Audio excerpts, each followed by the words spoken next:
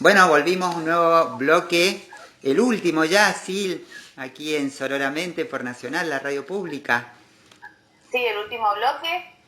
Este programa va a contar con un pequeño cambio acostumbrados a lo que veníamos escuchando todos los miércoles. No va a salir el ciclo de las Martinas. Este miércoles va a tener espacio nuestra compañera Vero Benítez con su columna de política. Y Bienvenida, Vero. justamente Vero Benítez hablando de política, una grosa la compañera. Vero, bienvenida Sororamente. Hola, buenas noches compañeras. Bueno, muchísimas gracias por el espacio, estoy muy contenta de compartirlo con ustedes. Vero, ¿qué tenés para contarnos? Bueno, en la columna del día de hoy, uno de los temas que preparé y me parecía importante para poder analizar algunas situaciones y algunas cuestiones que están pasando no solamente en nuestra provincia y en nuestro país, sino en todo el mundo, es sobre necropolítica. Y bueno, hace tiempo que venimos escuchando este término de necropolítica y me gustaría entrar, digamos, a la raíz de dónde surge este término para poder empezar explicando de dónde viene y ya a partir de ahí poder hacer algún análisis político de la coyuntura actual acá en nuestra provincia y en nuestro país. La necropolítica es la política de la muerte, o sea, generalmente la conocemos así como la política de la muerte, y hay un filósofo que es un filósofo camerunés, un filósofo americano que se llama Achille Mbembe, que escribió un libro sobre necropolítica. Y lo que él planteaba en este libro es que las políticas de la muerte son para el control de nuestra población. Este libro que él escribe está inspirado en Foucault, en su clase final del curso Defender la Sociedad. En este curso lo que plantea Foucault es la idea de cómo el racismo de Estado sería uno de los mecanismos del biopoder y la biopolítica.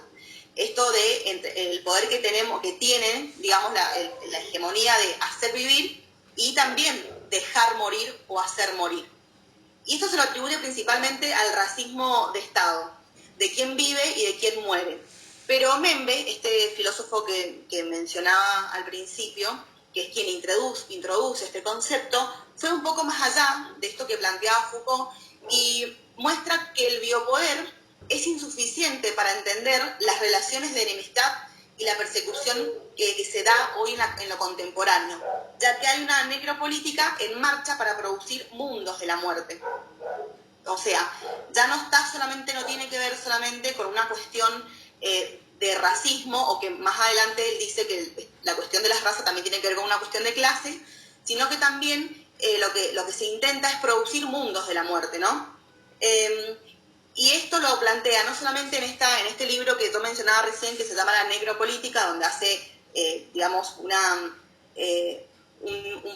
una descripción minuciosa de lo que significa el concepto, sino que también lo hace en otro libro que tiene que se llama La Razón Negra, ¿sí? Habla de la razón negra, y este libro es una cuestión, es un libro parecido a Orientalismo de Said, donde lo que plantea es cómo hay una construcción de África y una construcción de esa raza desde la otredad, desde el poder cultural hegemónico, ¿no? No desde ese lugar propiamente dicho. Entonces, bueno, más o menos lo que va planteando es que el capitalismo tiene como función genética la producción de razas, que yo lo decía recién, que son las clases al mismo tiempo, y que esta raza no es solamente un suplemento del capitalismo, sino que es algo que está inscrito en su desarrollo genético. Es decir, que en el periodo primitivo del capitalismo, que va desde el siglo XV hasta la Revolución Industrial, la esclavización de negros constituyó el mayor ejemplo de la trabazón entre la clase y la raza. Es algo que no es, que en algún punto anteriormente era como algo antagónico, y él lo que hace es relacionar las clases con la raza.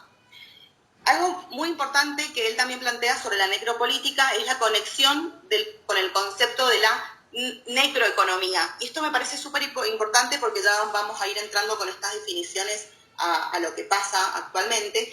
Y es que habla de la necroeconomía en el sentido de que una de las funciones del capitalismo actual es producir una gran escala de población superflua. Una población que el capitalismo ya no tiene necesidad de explotar, sino que para eso hay que gestionar de algún modo esta superpoblación que existe, digamos. una manera de disponer de estos excedentes de población es exponerlos a todo tipo de peligros y riesgos, a menudo que son mortales estos riesgos, ¿no? Y esto nos puede resonar a lo que estamos viviendo ahora en la pandemia. Y otra técnica también, lo que plantea en este libro, es, por ejemplo, aislarlos, encerrarlos y tener zonas de control, que no tiene que ver, voy a contextualizar que este libro no es actual, sino que tiene varios años. No estamos hablando de confinación o aislamiento en contextos de pandemia, claramente. Entonces, Vero, se te cortó un poquito esto del teletrabajo y la conectividad, por ahí nos juega estas malas pasadas. Se te cortó un poquitito, pero bueno, para continuar, creo que me estás escuchando y Vero, ahora si se te escucha bien, esto que nos estás contando, ¿cómo lo aplicamos o lo traspasamos o lo entendemos en el marco de los estados, de los gobiernos de Latinoamérica y el Caribe?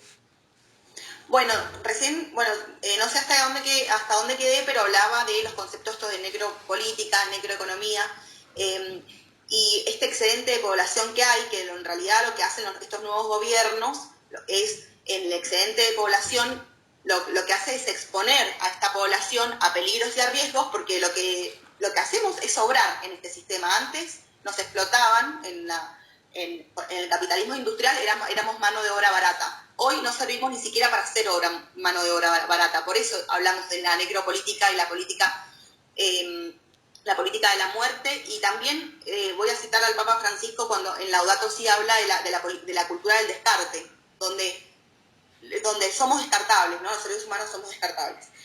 Todo tiene que ver con todo, o sea, como que estos conceptos están entrelazados. Y, por ejemplo, dos de los ejemplos que yo estuve indagando y que me parecían importantes mencionar acá en América Latina, con gobiernos neoliberales, con políticas de ajuste, antiderechos humanos, donde ponen por encima el capitalismo financiero por sobre la vida humana, son países como, por ejemplo, Brasil y Colombia, donde se encuentran entre los países más peligrosos para las minorías o sectores vulnerados, para excluidos, para la población de las diversidades, mujeres, niñas, niñas, adolescentes, negros, africanos.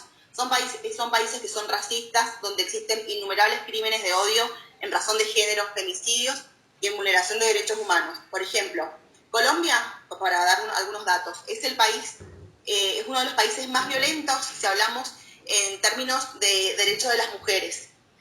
Por ejemplo, Brasil lidera la tasa de homicidios, y si lo vamos a comparar con el tema de cómo se ha gestionado la pandemia, ni hablar de lo que hoy ocurre en Brasil con el gobierno de Bolsonaro. Y también los crímenes de odio con respecto a la razón, no solamente de raza, sino también en razón de género. En Latinoamérica lo que podemos describir son los cambios políticos como las olas conservadoras, populistas, evangelistas, que también tienen foco o hacen foco en Brasil. Y todas estas son tácticas de la necropolítica para establecer el corte entre los que pueden hacer vivir y lo que puede dejar vivir, que recién yo lo mencionaba, que se trata un poco de eso, ¿no? El poder que tienen no solamente los gobiernos, sino también el capitalismo financiero. ¿Quiénes operan detrás del capitalismo financiero? Porque en realidad los gobiernos conservadores y de derecha son meros instrumentos para seguir perpetuando este capitalismo financiero, ¿no? No es el gobierno de Bolsonaro, sino qué hay atrás, qué sostiene el gobierno de Bolsonaro. No es el gobierno de Mauricio Macri, es qué sostiene y a quién sostiene Mauricio Macri, si vamos a lo que fue, este gobierno de la necropolítica con Mauricio Macri. Y yo recordaba algunas medidas económicas que afectaron directamente, no solamente a trabajadores y trabajadoras, sino a la industria nacional, a la salud pública, a las mujeres, a los indígenas, a los discapacitados. Por ejemplo, cuando tomó una medida, por ejemplo, cuando le sacaron a los electrodependientes los subsidios, por ejemplo, de la luz. Eso es una política de la muerte, eso es necropolítica. O sea, hay alguien que necesita estar conectado a un servicio público como es la luz para poder vivir. Y si no lo puedes pagar, te morís. O sea, porque somos descartables. Ese es el concepto fundamental y primordial que opera dentro de lo que es la necropolítica. Vero, hoy te corto un poquito. Hoy cuando hablamos en el grupito de WhatsApp y vos nos comentaste de este concepto, yo la verdad que no lo había escuchado nunca. creo que muchos oyentes tampoco. Y me puse, viste, como a investigar un poquito y puede ser que para cerrar es una idea basada en el poder que unas vías tienen valor y otras no. O sea, ¿qué vías sirven para contribuir eso que vos decís? ¿Qué sostienen los estados? ¿A quiénes sostienen? A los grandes, al de poder y las diversidades, las mujeres, la sociedad con, digamos, la de los pobres para ellos, son las vías que no tienen valor porque no contribuyen a lo que ellos quieren. Algo así podría ser en un lenguaje más cotidiano. Coloquial, sí, tal cual. Uh-huh. Es así como lo decís.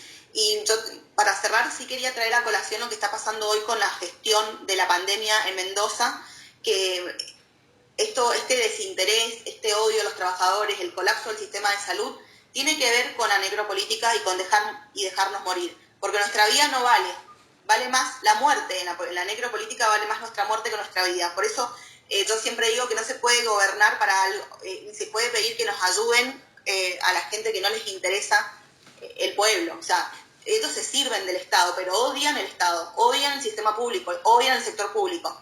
Entonces, no le pidamos que nos cuiden porque no nos van a cuidar, básicamente.